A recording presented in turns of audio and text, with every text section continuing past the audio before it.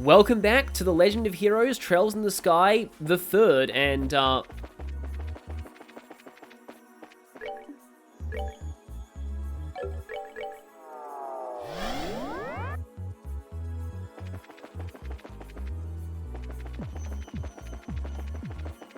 I think everything glitched out there for a second, but I think it's fine now.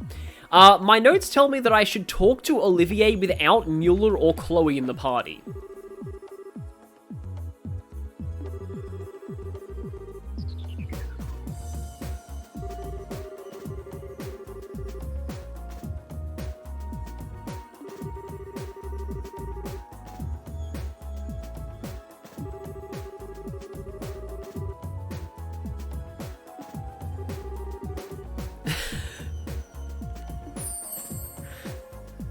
Okay, that's why.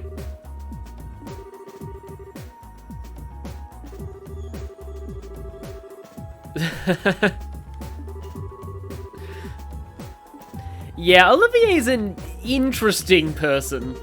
But he's also, as you could tell from when he got out of the Sealing Stone and figured out stuff about Phantasma that even we didn't know, he is a lot smarter than he seems. He is, in fact, kind of playing 4D chess with all of Zemuria right now. Okay, a bit more background on that from Joshua.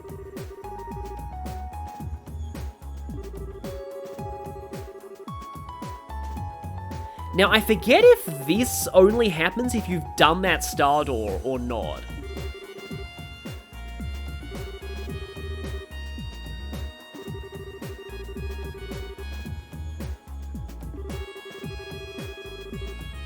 Yeah, that's to be expected. So, speaking of Olivier and Zin, we have both of them in our party now, and we're going to be doing some fighting in this part, so let's go over how they function in battle. Olivier Lenheim, or to use his real name, Olivert Reise Arna, which he doesn't go by in his menu descriptions, even though he looks the part, is another pure arts caster like Chloe. He doesn't have quite as much ATS or access to ATS boosting equipment as she does, but he compensates by having an entire line augment that does not have 3 restricted water slots, and that's really the main advantage that Olivier has. His actual damage output can get kind of low compared to other casters later on, but he's extremely versatile, and only his central slot is restricted, in this case to Mirage, but you kind of want to be running EP3 on him anyway, so that doesn't really hold him back that much. Speaking of EP, Olivier has an absolutely insane EP pool, especially when his augment is completely upgraded to level 3 on all slots. It is just completely ridiculous how much, he never runs out of EP, basically. So that's another advantage that he has going for him. As far as weaknesses go, the main thing with Olivier is that his S-crafts are disgustingly bad. They are by far, they might look kind of cool. He's not even in the party, so I can't show what they are, but his S-crafts might look kind of cool. They are by far the worst S-crafts in the game, damage-wise, and also the fact that he's not really a physical attacker only exasperates that problem. Never use Olivier's S-crafts unless you need to get, a tiny bit of chip damage on something, but even then, it's usually not worth it. At the very least, though, Sniper Shot is still pretty good. It's a cancelling attack that, its damage is pretty inconsequential, but it's a cancelling attack that has unlimited range, which is great when you need to stop an art or craft going off, urgently. And also, Happy Trigger can give you some healing. Quick Draw 2 has some niche uses. It doesn't do a lot of damage, but it's a very wide area, so like I said, niche uses with status ailment quartz, but that's about all it's good for. So I'm going to have to set up his augment myself here, because he's got a bit of a mix of everything, and it has a distinct lack of action and cast quartz. Can I actually? I'm just wondering about this. Oh no, that requires 8 of everything, I think. Yeah, what I'm referring to here is Zodiac. Oh no, it's 8 Mirage and 4 of everything. That's easier than I thought. Okay, I can get this. 240 EP though, and I don't have room for EP card on top of that. Also, Crimson Eye on you or Kevin? Because I always have a dilemma of whether to use Olivier as more of a support caster or an offensive caster. I guess I can try him offensively for now.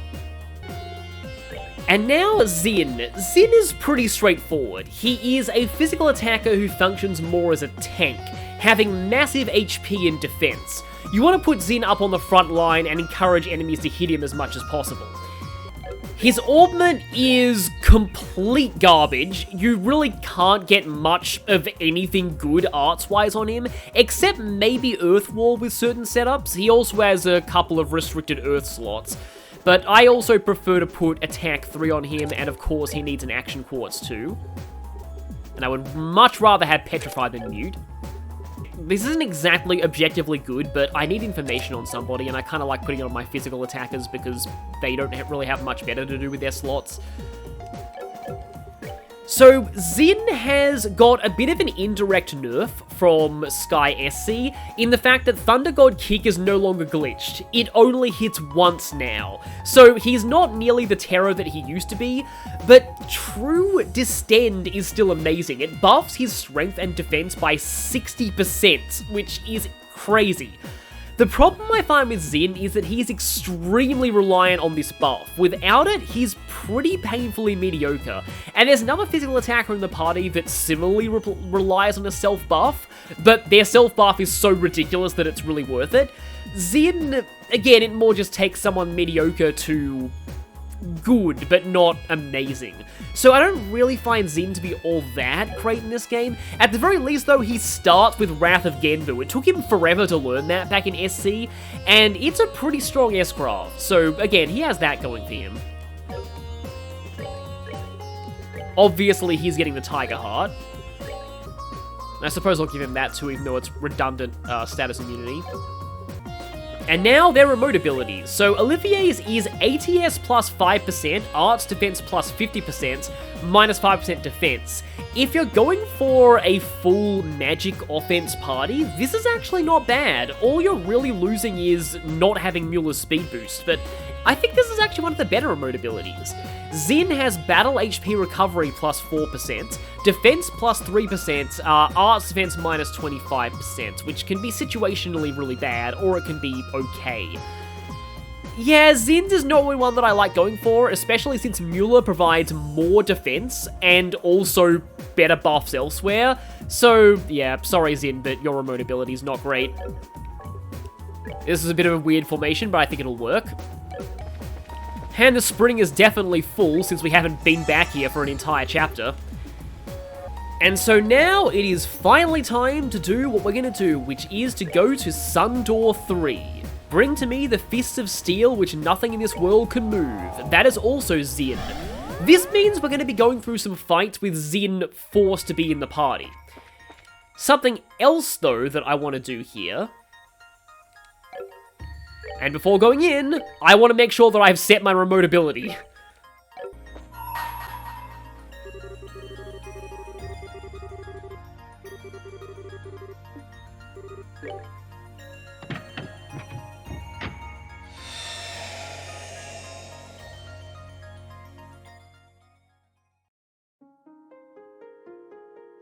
So Sundoors are supposed to be mini-games. I wouldn't really consider this one a mini-game exactly, since its gameplay doesn't differ from the main game in any way.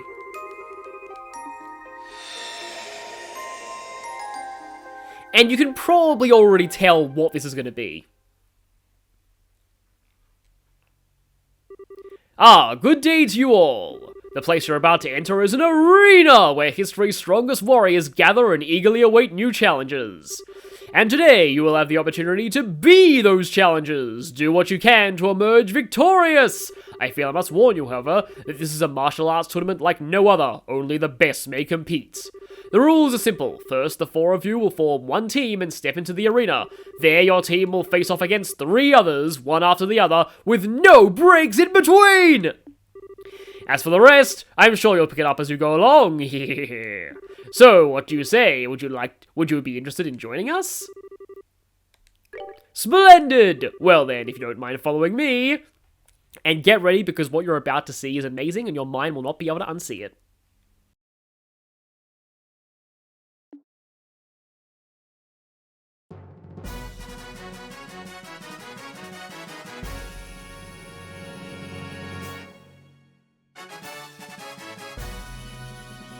Jojo Louvet isn't real, it can't hurt you.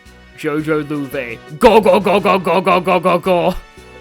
Yes, this is actually a thing that they made for this game, and it's just so good.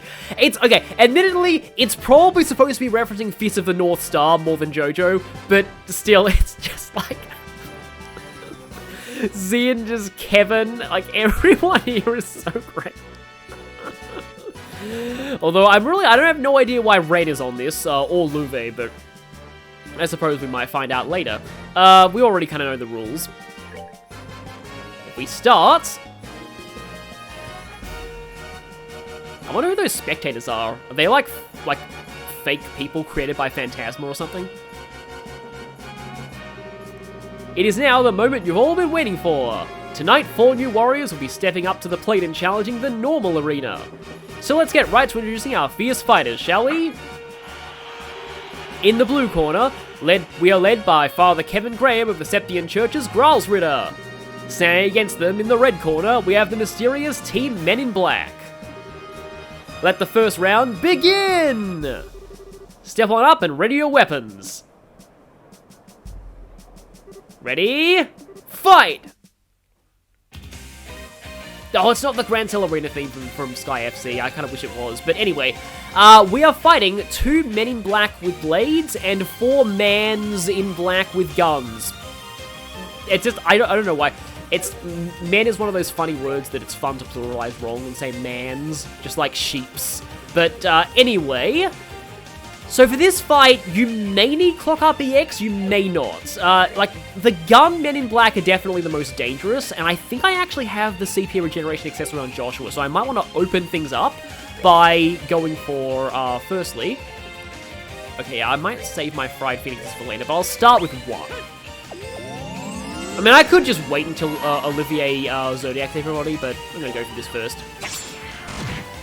Yeah, see, not a whole ton of damage. The enemies in here are about level 109, and if you fail here, you won't actually get a game over. You'll just, you know, have to try again later.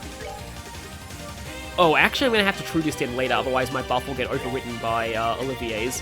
So, right now, Zen's just gonna punch somebody.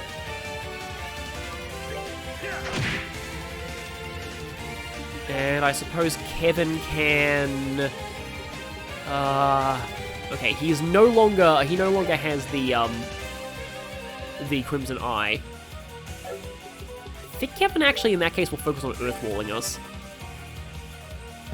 Because damage from these guys can add up. Like, if they're doing that much to Zen, of all people, you know they mean business.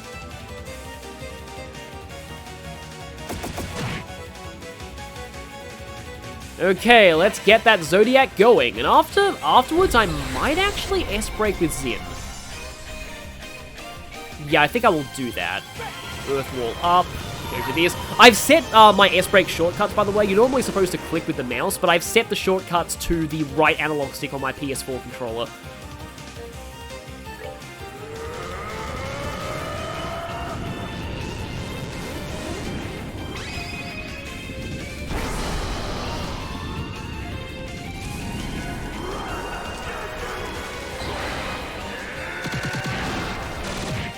That's the attack that I still like to call Patrick Sights Yelling! Because that's pretty much what it is. My controller's disconnecting a lot lately. Yeah, there's Heavy Armor Piercer, which lowers defense. I think they can use that in the prologue, and they never did in this file for some reason. Okay, Olivier, now that's up. Now he can focus on... Right, I've got him set up more for offensive casting. Casting, yeah, let's see. Okay, I can get all of you in that. And Kevin set up another 2 of them are gonna go before I get the other Earthwall in. Maybe I should actually just have Kevin use Sacred Breath. Oh, great, I have a strength up turn on Joshua. Yeah, like, as you can see, like, look at how insane the CP recovery accessories are. Joshua already has over 100 CP again. Evil Eye EX is actually very useful in the arena, because the enemies here like to clump up, and this just delays all of them at once. Get that aerial going. I should mention this is way harder on Nightmare, as is probably obvious to you by now, but yeah. On Nightmare, I actually like to wait until later on in the game to come back for this. The good thing about this using your own party from the main story, and I'm going to be ready with an S-break with Kevin just in case things get really bad.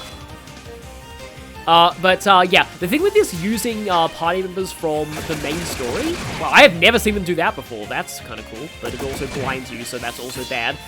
But party members from the main story is that you can always come back when you're higher leveled and just make this a complete joke. Like, if you come back at level 120, you can easily breeze through this.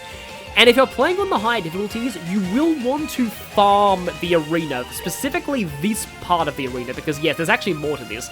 The announcer did say we're in the normal arena now. There may or may not be a harder Nightmare arena. And it's totally separate from your difficulty, by the way. It's just, they're just different sets of fights.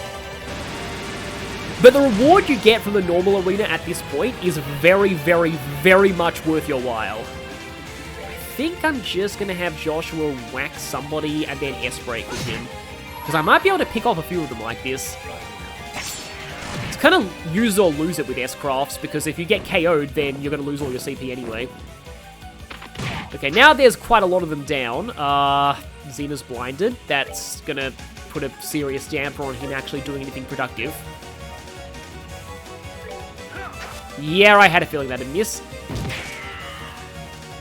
Scatter shot. Okay, let's see if I can pick you off with a flare arrow, and then we just bully this last remaining guy. Oh yeah, I should also mention, Petrify works on these guys. So if you've got someone with a big area attack and the Petrify Quartz, you might get lucky and render a lot of this fight very, very easy. So that's something else that you might want to pay attention to. Death Blow, I believe, also works. They're not really bosses. They're pretty much just basic enemies. Zim's going to miss again, isn't he? Yeah, he's going to miss. And yes, this is basically over right now, but I should also mention, I'm pretty sure I'm right about this, but if I'm wrong, I'm going to be really eating my words here. I'm pretty sure that you get fully healed in between matches. You do not recover your CP though, so blowing all your CP on early fights might not be wise. But there are 3 fights in the arena.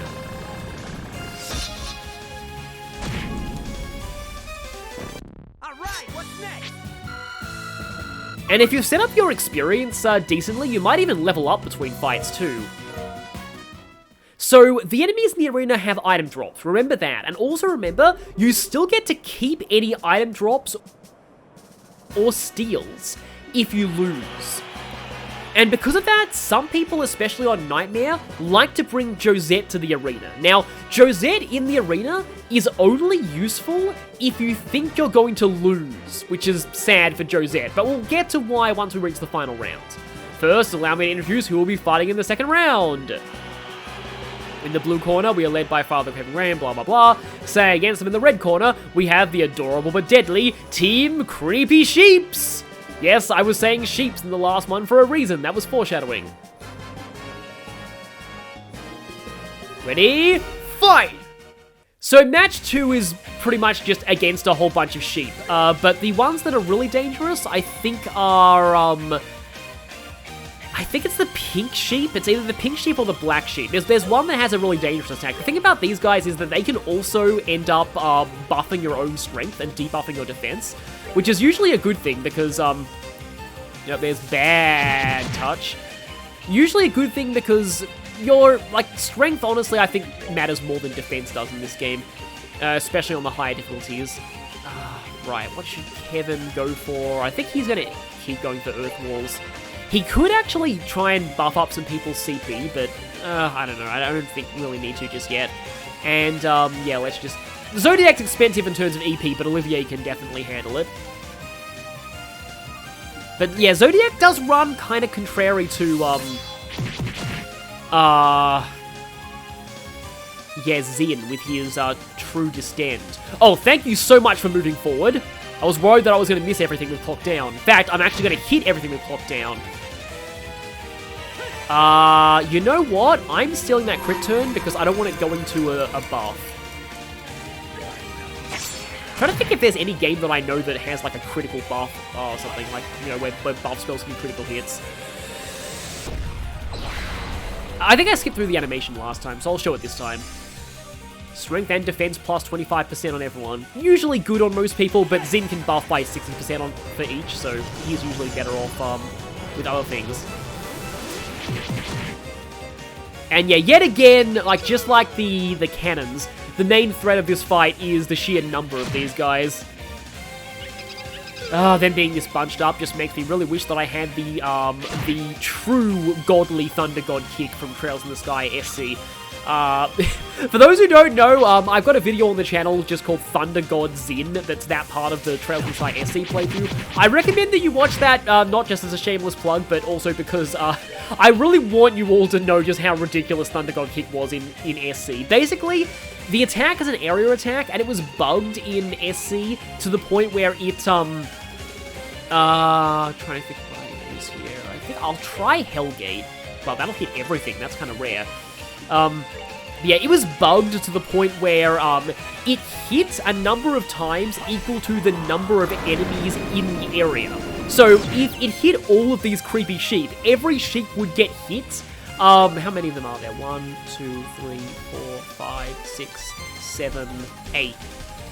Yeah, it would hit every sheep 8 times.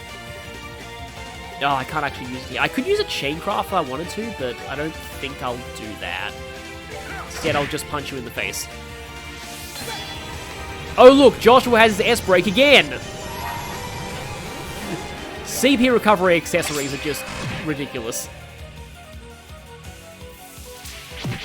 As tempting as it is to go for Olivier's S-Break here, I don't think it will really do much because it's... Again, it looks cool, but it's really awful. Like, its power is just among the worst of any S-Craft in the entire Sky arc. It's just awful. In fact, it's probably worse than most S-Crafts in other arcs. It may be one of the worst, like, S-Crafts in the series entirely. Like, it's Olivier's S-Crafts are horrendous, but at the same time, you don't really want him, not casting anyway, so it's kind of fine. Yeah, controller is connected again. It's kind of weird that way. That only killed 2 of them. Do I have enough? I do have enough for Thunder God Kick. I guess I can just show Thunder God Kick here.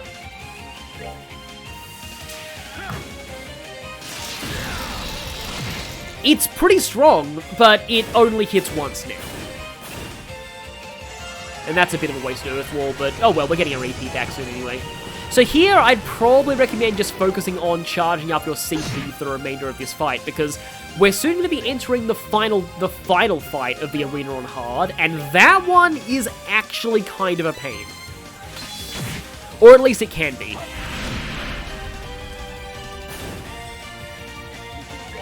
Yeah, so I'm going to kind of pass with Kevin because he doesn't need CP. Xin might, though. And Joshua kind of does. And Team Sheeps have been defeated. That's that. Of course, if we had Spyro around, this would probably go faster. We also yanked 3 of their tails off in the process, and 1 of their teeth. The match is decided. The winner is Father Graham's team.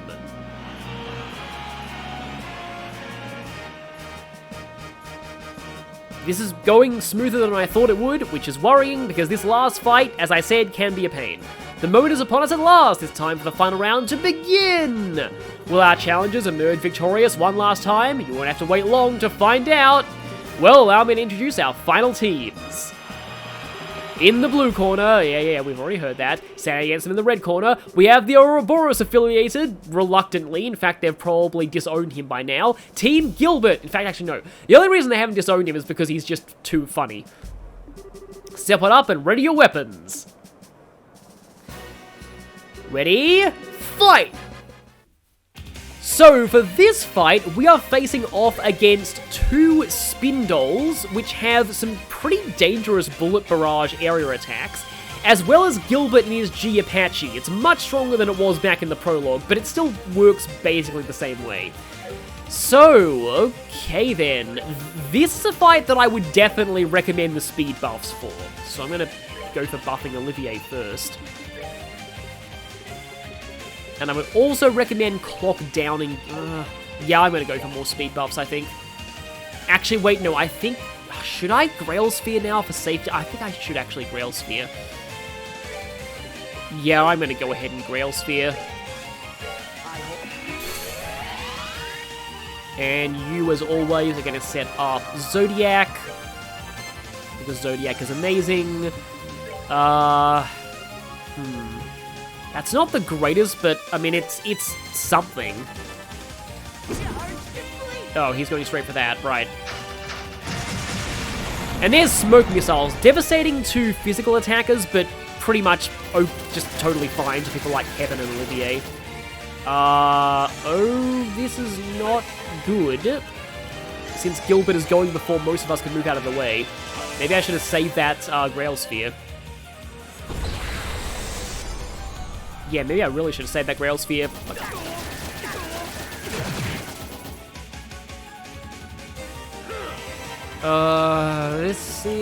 This could be actually really terrible.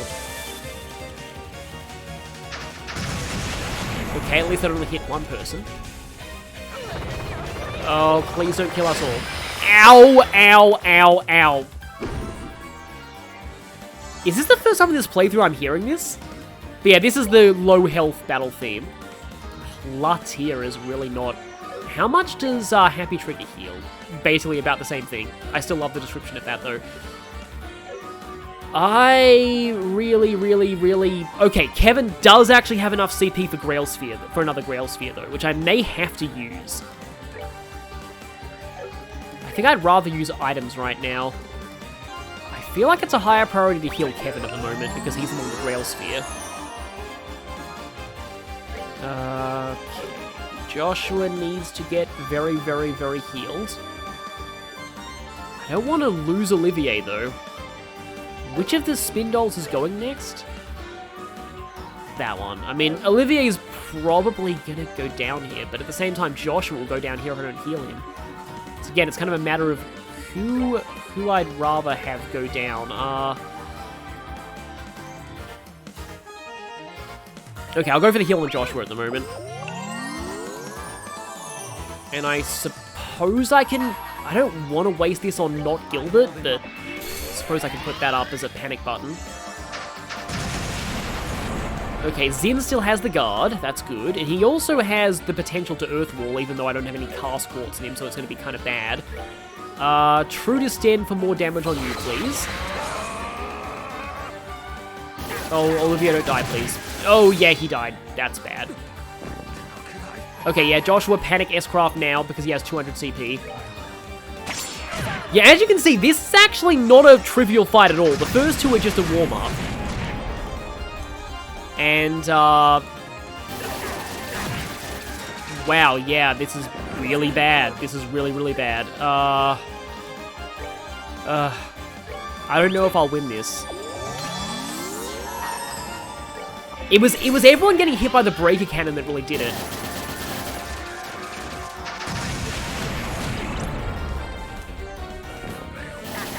Yeah, this is over. This is over.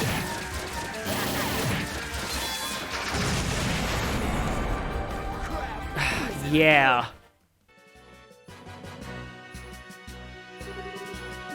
So, you don't get a game over or anything, and you still get to keep everything that you got in that run of the arena.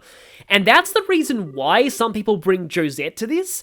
It's because she can steal Gilbert's item drop, which is a 100% drop rate, so you're guaranteed to get it if you beat him, and you can only get one per run of the arena. But Josette can steal that, and then you can still lose and keep that drop, and that drop is amazing. That's why you want to do the arena, because that's a ridiculously good accessory. But, I guess I'll have to come back here and try. I'm pretty sure I can win this now. I just need to be more strategic with Grail Sphere and not just immediately use it. In fact, it's probably best to do this. Since most of my buffs are full field hitting, I think being split up for this with all of the area attacks Gilbert throws at you, I think that's actually going to help more. I like the way the sheep move when you're holding on a turbo button.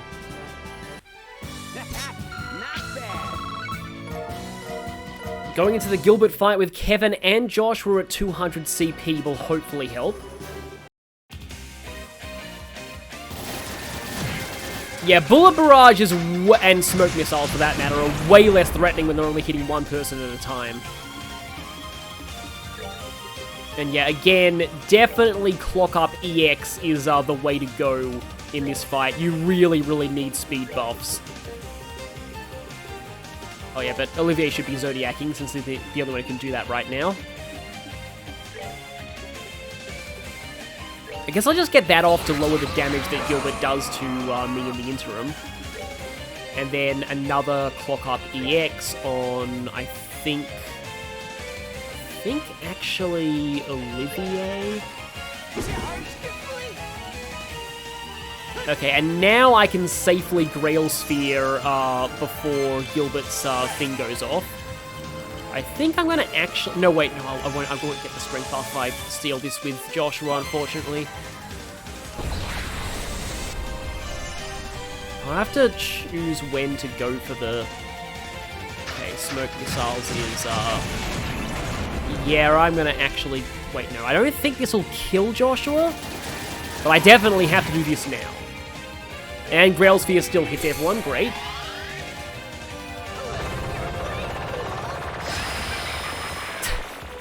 Bryce Payton-Brook has so much fun voicing Gilbert, but I'm sure anyone would, really. Gilbert's just one of those characters that you really have to just go full ham with. Okay, now, alright, some of us are not Clock Up EX'd yet, so I should obviously start doing that. Guess I can go for it on Joshua right now, and then you can now start actually clock downing thing. Oh, there's a crit turn coming up, and I'd really like for Joshua to have that crit turn. I may have to clock down later then, because again, I really want Joshua to have that crit turn. So I'm gonna instead use this turn to heal Joshua. I guess Zin's gonna have to put his better buff back on. That goes up. Clock Up EX goes, and now I'll take that. I have another crit turn coming as well. But I don't think I'll take that with Olivier, because again, like, his S-Craft is terrible. I mean, we are fully buffed, but it's still probably not the best. Okay. Yeah, and he also has Bullet Barrage. So yeah, the key to this fight is obviously not being bunched up. Now Olivier can start, probably can start actually damaging things. I do have Phantom Pain if I really wanted that, but I don't think I need it right now. I think I should just start going for straight up damage. So, Flare Arrows on. I really want to get rid of the Spin Dolls first. When it's Gilbert alone, he's much less of a threat. It's easier to just mitigate his attacks from Earth Walls and things like that, but when you have the Spin Dolls running around taking away your guards, that's when things become a bit of a problem. So in fact, let me just see, I think I can, yeah, I can True Smite this one. That would have been faint if this thing wasn't immune. Oh wow, Zen has the full double Earth Guards. Still. And is no, Gilbert is not clocked down yet. So let's do that to him. Yeah, you see how much more often we're getting our turns now that we have Clock Up EX on, well, everyone except Joshua. But he's the fastest of us anyway. And let's... I think I should I Earth Wall? No, I'm gonna Clock Up EX. No, everybody's Clock Up EX. For some reason, it's just not displaying on Joshua because of blind, but okay. I think I'm gonna go for just a regular Earth Guard here. I suppose on Kevin himself, because I kind of need him. And once again, let's just kind of focus fire on one of them. Oh, barely not a kill, that's... Well, I mean, I suppose I don't have to say frustrating. My tone of voice makes it clear I find that frustrating. No blind with that, which is great. And you are both in range of Thunder God Kick. Okay, there we go. One down. One left. And Joshua can actually... Yeah, he can get in on the Flare Arrow action too. He's got the S-Break again. That's good. I think I'm gonna... Yeah, let's just keep that up. And Earth Lance, which has the same power as Flare Arrow. And another Flare Arrow. I may need to EP charge Olivier at some point, though. Okay, yeah, that should be goodbye Spin Doll. And with all of our speed buff, the Spin Doll's gone, and Gilbert's speed debuffed, we should be able to whittle away Gilbert's HP here. He has a lot of it, but that's really all he has right now. I guess I have to get rid of Joshua's blind, though. Although he might be doing more damage with Flare Arrow anyway. And now Zin can just get right up in this guy's face and just punch him.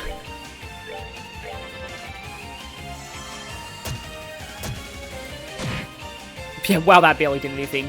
It's kind of interesting how they kept the blood effect on that attack and a few other attacks in this game that enemies use, but they got rid of the blood effect on one of Mueller's crafts. I guess, like, bloodshed is okay for villains and not for heroes when it comes to the Japanese rating system, kind of. I don't know. Yeah, speaking of that, I guess, like, in terms of this game's rating, it's kind of interesting because at least the Evo version of this game in Japan has a lower age rating than Sky SC, and to people who know this game, that actually seems kind of strange because, I haven't really got into this fully yet, but there are some very dark themes covered in Sky the Third. We've got some hints at them already, but suffice to say, this game gets pretty heavy eventually, and it does cover some very dark concepts. And a lot of people were surprised this game got only a CROB rating in Japan rather than a C rating, which I believe SC Evo did get a C rating. The main reason for the rating, though, seems to be that one of the star doors that contains by far the strongest content in this game. I probably should have warned people about that when I started this playthrough, but it's not going to be until pretty much the very end. Star Door 15 has some it covers a very, very dark subject, and I will preface that video with a warning when I actually do go to Star Door 15, but again, that's not going to be for a very long time. That's almost the very end of the game. But I will say that it's not just Star Door 15. I think there's actually some really dark stuff besides that in this game, even the main story. But Star Door 15 got censored in the Japanese Evo version. Like, it got censored in Japan. And that's a big part of why I think this game has a lower rating. But that aside, I want to see if I can finish this with Olivier's cool-looking but terrible S-Craft. I call this Requiem for a Dream.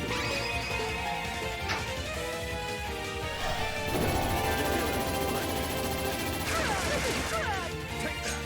And this napalm. Well, at least it made Gilbert yell a lot.